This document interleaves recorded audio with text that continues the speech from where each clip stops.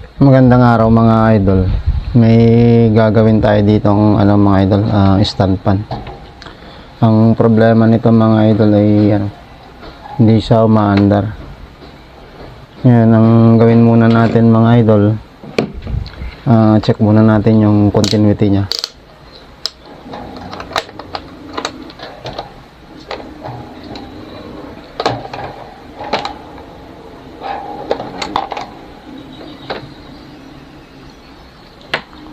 Yan, bali naka times 10 tayo mga idol. Tapos check natin dito sa plug niya kung meron siyang continuity, kung may continuity yung motor mga idol. Switch natin. Bali wala mga idol.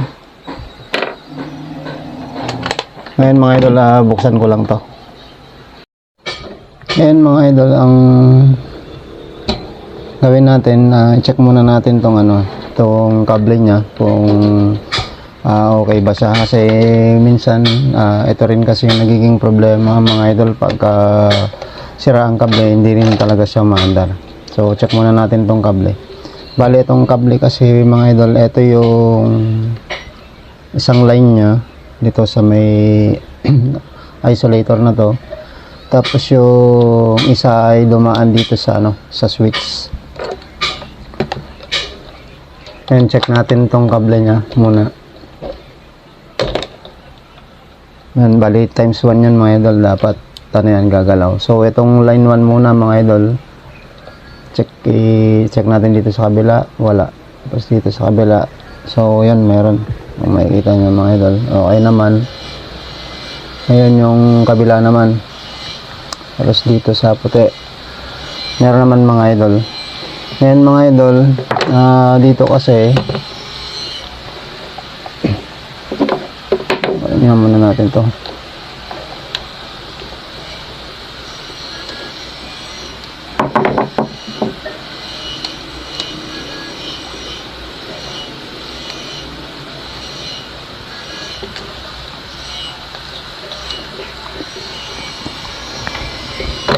Ngayon mga idol, dito kasi sa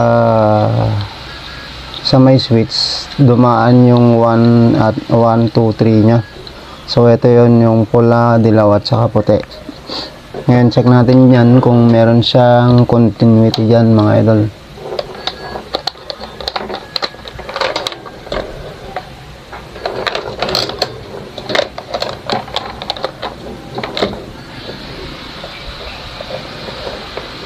Bali dikit lang natin dito, kahit alin sa kanila mga idol, dito sa puti at saka sa dilaw.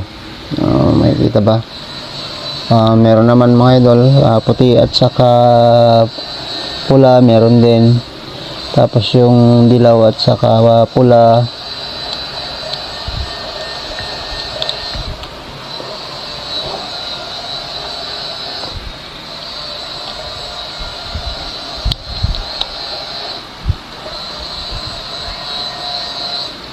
puti, pula, okay naman, dilaw, okay din mga idol. So mga idol, okay naman yung niya, yung 1, 2, 3 nya.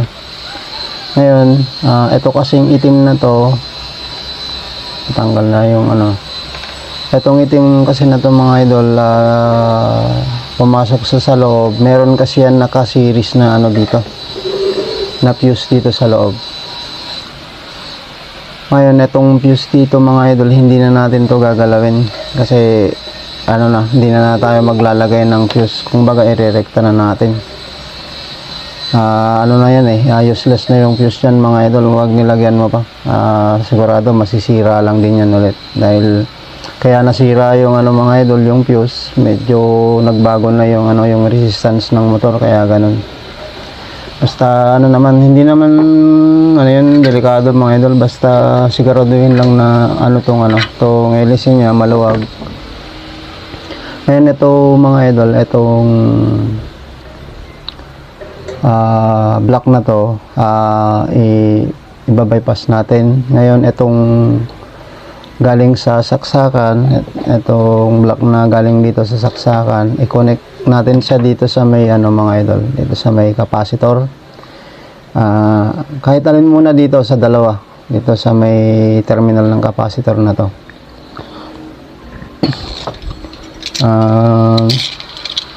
Balatan lang natin yan. Unahin muna natin dito sa kabila mga idol na i-connect. Yan.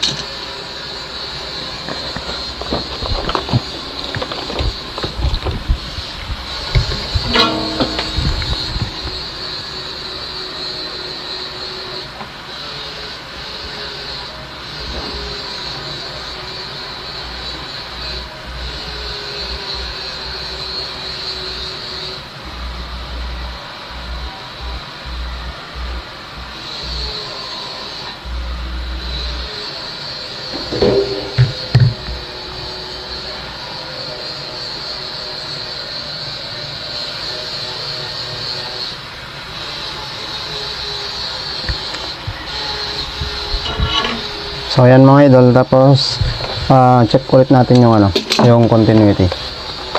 Kung meron na siya.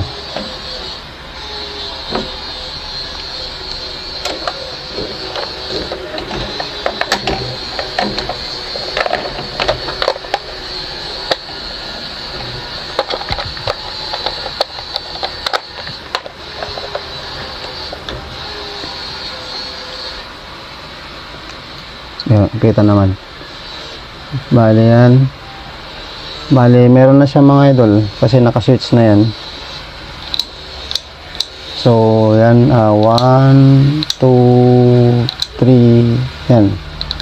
So, steady lang natin mga idol ha. Subukan natin kung Tapos, isaksak lang natin mga idol. Kaso, kung mapapansin nyo mga idol, yung ikot niya ay tama ba? Ikot niya kung pakanan. Isaksak ko lang mga idol ha. Ay okay naman mga idol. Pakanan, dapat kasi pakanan yung ikot niya, clockwise. Kasi kung counter yan, kung halimbawa dito natin siya nailagay sa kabila tapos counter yung ikot niya, ilipat natin dito sa kabila. Kaso tama naman yung pinaglagyan natin mga idol, kaya hindi na natin siya gagalawin. So pag sinaksak ko na yan, okay na mga idol. Yan, gumagalaw na yung camera natin kasi papunta na sa atin yung hangin. Bali mga idol, iayos ko lang. Lagyan ko lang ng balot to. Tapos itong na to, putulin na natin to mga idol kasi na yan. Bali mga idol, iayos ko lang tapos linisin ko lang tapos saka natin i-final testing na yung mga idol, yung ni-repair nating stand pan. Wala kasi siyang mga idol, wala kasi siyang stand, kaya ganyan na natin sa may testing mga idol. Isaksak ko lang.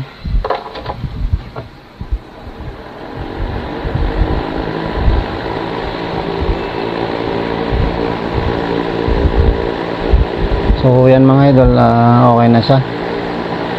Bali yan lang mga idol at maraming salamat.